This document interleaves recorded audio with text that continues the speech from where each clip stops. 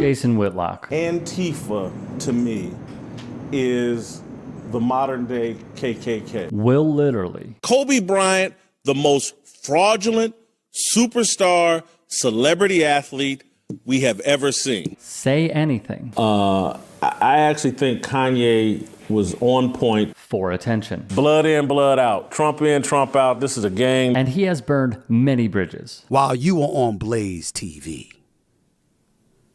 spewing that people.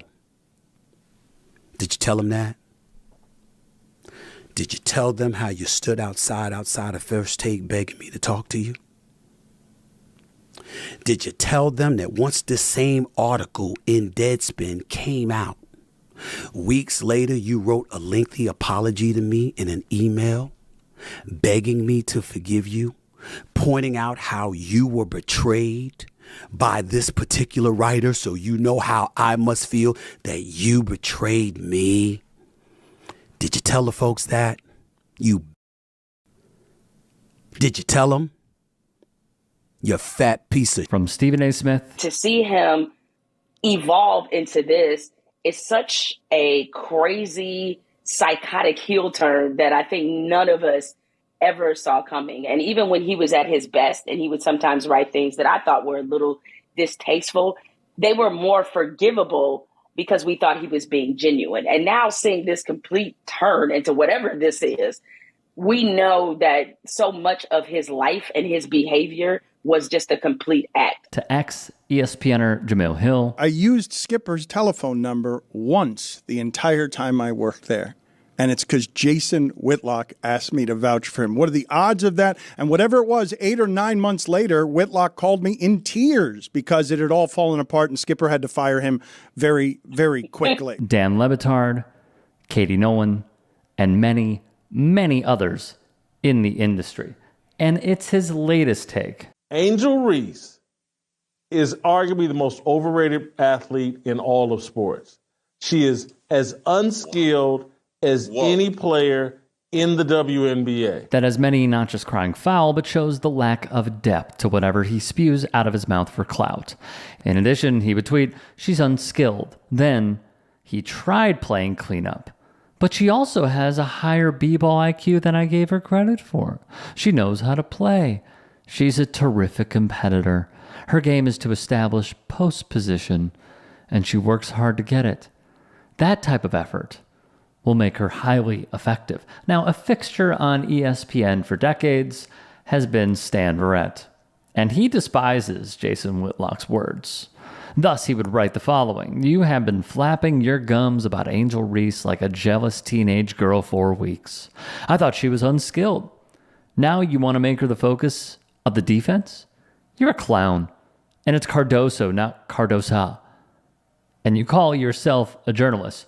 Before we continue, and to be fair, here is the press conference Angel Reese was in after her team, her alma mater, LSU, got bounced out of the tournament. It's important.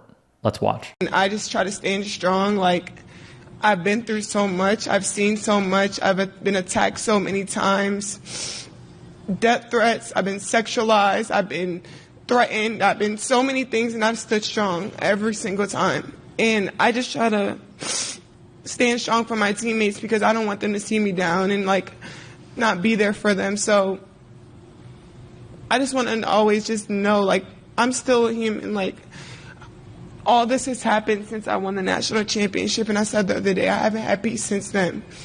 And it sucks, but I still wouldn't change. I wouldn't change anything, and I would still sit here and say, like, I'm unapologetically me. I'm going to always leave that mark and be who I am and stand on that. And hopefully the little girls that look up to me, and hopefully I give them some type of inspiration that, you know, hopefully it's not this hard and all the things that come at you, but keep being who you are. Keep waking up every day. Keep being motivated, staying who you are, staying 10 toes, don't back down, and just be confident. She left herself very, very vulnerable in this moment.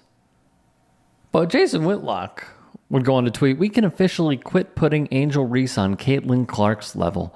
Stop it. One is an all-time great player. The other got famous for taunting the rivalry is dead. Clearly, it is not.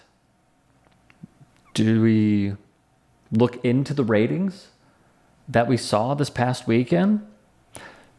Do we look into the ratings when they met previously this year? I'll let those numbers speak for themselves. Meanwhile, the 57-year-old who believes in the nuclear family yet has never married would go on to say this: it's like a hot girl. She rarely gets told the truth. So if you want to sit there and say, hey, I am the reason this audience is showing up too, there's going to be people like me and others that are going to say, well, I'm not really sure, because without Caitlin Clark, no one knows or cares anything about you, Angel Reese. So we see the theme here, right?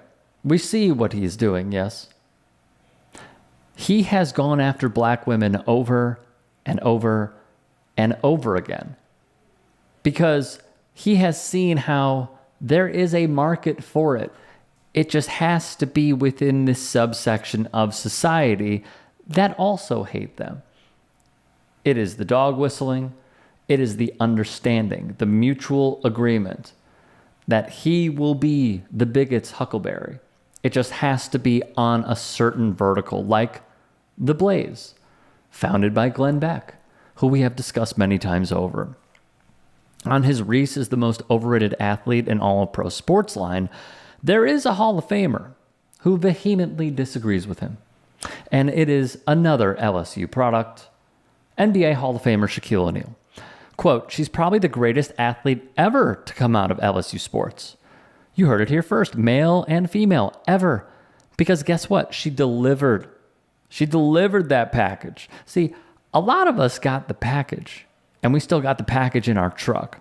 She delivered that package. So, there's a lot of names you could throw around, men and women, but she's probably the greatest athlete. Quite a stamp of approval there from arguably the greatest center that we have ever seen in the history of basketball. Very much up for debate, but there is no doubt of his greatness. Stan Verrett, though, would launch another attack aimed at Jason Whitlock. In other words, I never really saw her play before I decided to attack her needlessly, because I knew it would play well with the anti-black audience I'm desperately seeking to retain some relevance after my many firings. Fix that for you. Well, the two do have a history, and we should not forget when Jason Whitlock, pre-hair fabrication, was on Fox Sports 1 when it was called Speak for Yourself, pre-Emmanuel Acho. Marcellus Wiley was there, Jim Jackson was there, and he would go on to say this of the SportsCenter anchor. I'm going to put a name on it, because again, I had this kind of fake hate. Stan Verrett over at ESPN. Name. Constantly tweeting at me. And it's like he thinks he hates me, but clearly he's hanging on every word. He loves me. And yet Stan Verrett would spill the tea once and for all why he has such great disdain for Jason Whitlock. I have to give you all the history about him. In 2007, I was on a point-counterpoint radio show about Don Imus calling the Rutgers women nappy-headed H-words. I wonder who they could possibly find to defend Don Imus. They found Jason Whitlock. It's been on ever since. When asked why Whitlock dodges Stan Verrett, this was his answer. He knows his level, and he knows mine, and he knows they are not the same. It could end his career. What I find rather interesting, though, from Whitlock is this. I complained via Twitter that ESPN spent the first 6 minutes of SportsCenter showcasing 2 women's college basketball games. He really went after women's hoops, including ESPN, for showcasing the games and then leading SportsCenter with said games because they were riveting. ESPN's self-stated mission is serving sports fans anytime, anywhere. ESPN did not lead SportsCenter with women's college basketball as a service to sports fans. The network was servicing the feminist agenda. And somehow he turned into ESPN is only serving feminists, when really they are serving sports fans with popular figures on popular teams at the time, which would of course lead to this. Feminists have taken advantage of man's instinct to please women, casting themselves as long-suffering victims of male supremacy, and reshaped American society into a culture that favors the weaker gender. So how do I feel about all of this? Bad. Very, very bad. I have seen the lengths that this man will go. After all, he put police officers brutalizing and killing a person on fatherlessness. Why? And single black mothers. Why? Because he saw what others in the right-wing ecosphere were clutching to. He saw the Larry Elders and others, Mike Johnson, another one, saying that this is an issue. So what does he do? Oh, well, they're saying it, so now I need to incorporate it some way, somehow. And he went on then Fox News host Tucker Carlson's show to spout what he did. There has been many write-ups of Jason Whitlock's conduct, how egotistical he was when he was trying to launch Black Grantland, why exactly he was fired, and why he continues being let go from each company over and over and over again. From his charades in the press box when he was covering NFL teams, all the way to this. And what could really tell you a lot is that Clay Travis, who is a deplorable figure, a former Obama voter who saw a way to enrich himself by pivoting very hard to the right, and that having a tremendous payoff because Fox bought his company. Even Clay Travis could not stand Jason Whitlock. And now he is at the Blaze, where a noted and proud racist like Glenn Beck employs him because they see eye to eye, or in Whitlock's case, for the time being.